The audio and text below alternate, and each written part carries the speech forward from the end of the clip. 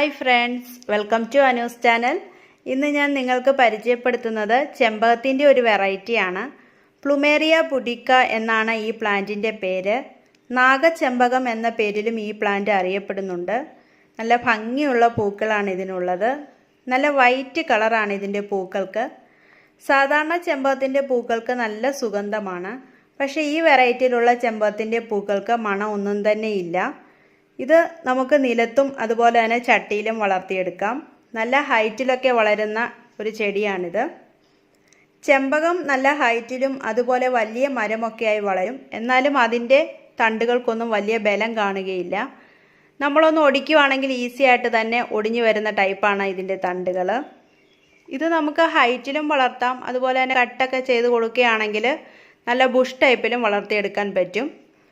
നല്ല സൂര്യപ്രകാശം ആവശ്യമുള്ളൊരു ചെടിയാണിത്. നമ്മൾ ഷെയ്ഡിലൊക്കെയാണ് ഇത് വെച്ചിരിക്കുന്നതെങ്കിൽ പൂക്കൾ അധികം ഉണ്ടാവുകയില്ല.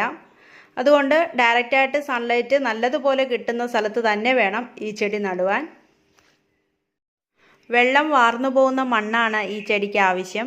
ചട്ടിയിലൊക്കെ നടുകയാണെങ്കിൽ മണ്ണും കോക്കോപീറ്റും ചാണകപ്പൊടിയും കൂടി നല്ലതുപോലെ മിക്സ് ചെയ്ത് പോട്ടി മിക്സായിട്ട് ഉപയോഗിക്കാം. വെള്ളം വളരെ കുറച്ച് മതി. 2-3 ദിവസം കൂടുമ്പോൾ നനച്ചു കൊടുത്താൽ മതിയാകും. ഒരാഴ്ച വരെയൊക്കെ നമ്മൾ നനച്ചു കൊടുത്തില്ലെങ്കിലും ഈ ചെടിക്ക് ഒരു കുഴപ്പവും വരികയില്ല. പോട്ടിൽ നട്ടിരിക്കുന്ന ചെടിയാണെങ്കിൽ വെള്ളം കെട്ടിക്കിടപ്പുണ്ടോ എന്ന് നോക്കണം. വെള്ളം കെട്ടിക്കിടന്നാൽ റൂട്ടൊക്കെ ചീഞ്ഞ് ചെടി അങ്ങ് നശിച്ചു പോവും. അതുപോലെ തന്നെ മഴ സീസണിലും പോട്ടിലൊക്കെ വെച്ചിരിക്കുന്ന ചെടി നമ്മൾ ശ്രദ്ധിക്കണം. വെള്ളം കെട്ടിക്കിടക്കാൻ പാടില്ല. നിലത്താണ് നമ്മൾ നട്ടിരിക്കുന്നതെങ്കിൽ മഴക്കാലങ്ങളിൽ അധികം വെള്ളം കെട്ടി നിൽക്കാത്ത സ്ഥലത്ത് വേണം നമ്മൾ ഈ ചെടി നട്ടു കൊടുക്കേണ്ടത്. ഈ ചെടിക്ക് വളങ്ങൾ കൊടുക്കുമ്പോൾ ജൈവവളങ്ങൾ കൊടുത്താൽ മതിയാവും. നല്ല വളക്കൂറുള്ള മണ്ണാണെങ്കിൽ നല്ല സൂര്യപ്രകാശവും ചാണകപ്പൊടിയും മാത്രം കൊടുത്താൽ മതി. ഈ ചെടിയിൽ ഒരുപാട് പൂക്കളുണ്ടാവും. പിന്നെ നമുക്ക് വെർമി കമ്പോസ്റ്റ് യൂസ് ചെയ്യാം. പൊട്ടാസ്യം കൂടുതൽ അടങ്ങിയിട്ടുള്ള വളങ്ങൾ യൂസ് ചെയ്യാം.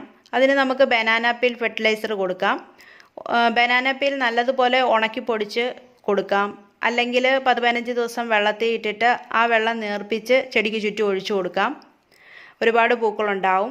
പിന്നെ ഓർഗാനിക് NPK ഫെർട്ടിലൈസറും നമുക്ക് കൊടുക്കാം. ഈ വളങ്ങളൊക്കെ കൊടുത്താൽ ഈ ചെടിയിൽ ഒരുപാട് പൂക്കളുണ്ടാവും. ഈ ചെടിയുടെ കട്ടിങ്സ് എടുത്ത് നട്ടു കൊടുക്കുകയാണെങ്കിൽ എളുപ്പത്തിൽ തന്നെ പുതിയ ചെടി വളർത്തിയെടുക്കാൻ സാധിക്കും. ഇത് ഞാൻ കട്ടിങ്സ് എടുത്ത് വളർത്തിയ ചെടിയാണ്. ഇതേപോലെ എൻ്റെ കയ്യിലുള്ള ചെമ്പകങ്ങളും ഞാൻ കട്ടിങ്സ് എടുത്ത് തന്നെയാണ് വളർത്തിയിരിക്കുന്നത്. മിക്ക ആൾക്കാരും പറയുന്നൊരു പ്രശ്നമാണ് കട്ടിങ്സ് എടുത്ത് നട്ടിട്ട് ചീഞ്ഞു പോകുന്നു, വളരുന്നില്ല എന്നൊക്കെ. എങ്ങനെയാണ് കട്ടിങ്സ് എടുത്ത് നടേണ്ടതെന്ന് ഞാൻ നിങ്ങൾക്ക് കാണിച്ചു തരാം. ഇതേപോലെ 2 കട്ടിങ്സാണ് ഞാൻ നടാനായിട്ട് എടുത്തിരിക്കുന്നത്. കട്ടിങ്സൊക്കെ നടാനായിട്ട് എടുക്കുമ്പോൾ പ്രത്യേകം ശ്രദ്ധിക്കേണ്ട കാര്യം, ചെമ്പകത്തിൻ്റെയൊക്കെ കട്ടിങ്സ് എടുക്കുമ്പോൾ അതിൽ കറയുണ്ടാവും. മിക്ക ആൾക്കാരും ഈ കറയോടുകൂടി തന്നെ അങ്ങ് നട്ടു കൊടുക്കുകയാണ് ചെയ്യുന്നത്. എങ്കിൽ അങ്ങനെ ഒരിക്കലും നടാൻ പാടില്ല. ആ കട്ടിങ്സിലെ ഇലകളൊക്കെ അടർത്തി മാറ്റിയതിന് ശേഷം ഒരു 5-6 ദിവസം ഒന്ന് ഷെയ്ഡിൽ വെച്ച് അതിൻ്റെ കറയെല്ലാം പോയതിന് ശേഷം മാത്രമേ നട്ടു കൊടുക്കാവൂ. ഞാനിപ്പോൾ ഇത് 5-6 ദിവസം ഷെയ്ഡിൽ വെച്ച് കറയെല്ലാം കളഞ്ഞ കട്ടിങ്സാണ്. ഇതാണ് നട്ടു കൊടുക്കാൻ ഉപയോഗിക്കേണ്ടത്. നടാനായിട്ട് ഇതേപോലെ ചെറിയ പോട്ടോ അല്ലെങ്കിൽ കവറോ നമുക്ക് ഉപയോഗിക്കാം. ഞാൻ ഇതേപോലെ ചെറിയ പോട്ടാണ് എടുത്തിരിക്കുന്നത്.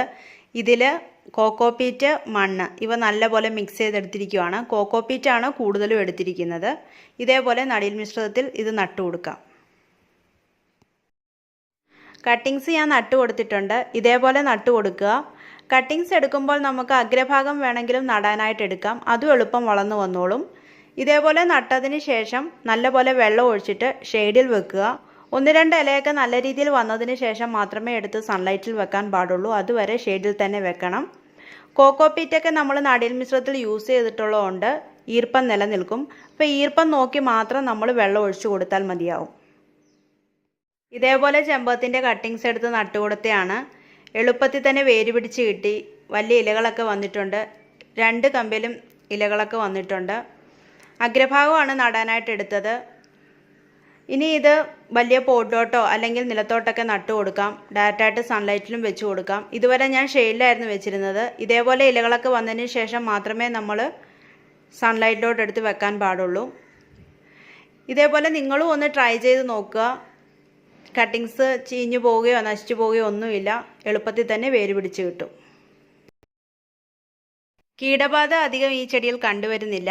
പിന്നെ ചെമ്പകത്തിൻ്റെ ഇലയുടെ അടിഭാഗമൊക്കെ നമ്മളൊന്ന് ശ്രദ്ധിക്കുവാണെങ്കിൽ ഫംഗസ് രോഗങ്ങൾ ഉള്ളതായി കാണാൻ സാധിക്കും. അങ്ങനെ ഫംഗസ് എന്തെങ്കിലും വരികയാണെങ്കിൽ ഏതെങ്കിലും ഫംഗിസൈഡ് വാങ്ങി യൂസ് ചെയ്യുക, അല്ലെങ്കിൽ വേപ്പിൻ പിണ്ണാക്ക് ചോട്ടിലിട്ട് കൊടുത്താൽ മതി. ആ പ്രോബ്ലംസൊക്കെ മാറിക്കോളും. ഇതൊക്കെയാണ് ഈ ചെടിയുടെ കെയറുകൾ. വളരെ എളുപ്പത്തിൽ തന്നെ വളർത്തിയെടുക്കാൻ പറ്റുന്ന പ്ലാന്റാണിത്. ഇതിൻ്റെ ഇലകൾ കാണാൻ തന്നെ നല്ല ഭംഗിയാണ്. നല്ല ഗ്രീൻ കളറാണ് ഇതിൻ്റെ ഇലകൾക്ക്. എല്ലാവരെയും ആകർഷിക്കുന്ന ടൈപ്പിലുള്ള പൂക്കളാണ് ഈ ചെടിക്കുള്ളത്. നിങ്ങളുടെ ഗാർഡനിലും ഈ പ്ലാന്റ് വളർത്താൻ ട്രൈ ചെയ്യുക. അപ്പോൾ മറക്കാതെ എൻ്റെ ചാനൽ സബ്സ്ക്രൈബ് ചെയ്യുക, ബെൽ ബട്ടൺ കൂടെ ക്ലിക്ക് ചെയ്യുക. എങ്കിൽ മാത്രമേ ഞാനിടുന്ന വീഡിയോയുടെ നോട്ടിഫിക്കേഷൻ നിങ്ങൾക്ക് വരികയുള്ളൂ. വീഡിയോ ഇഷ്ടമായെങ്കിൽ ലൈക്ക് ചെയ്യുക, ഷെയർ ചെയ്യുക. അപ്പോൾ ബൈ.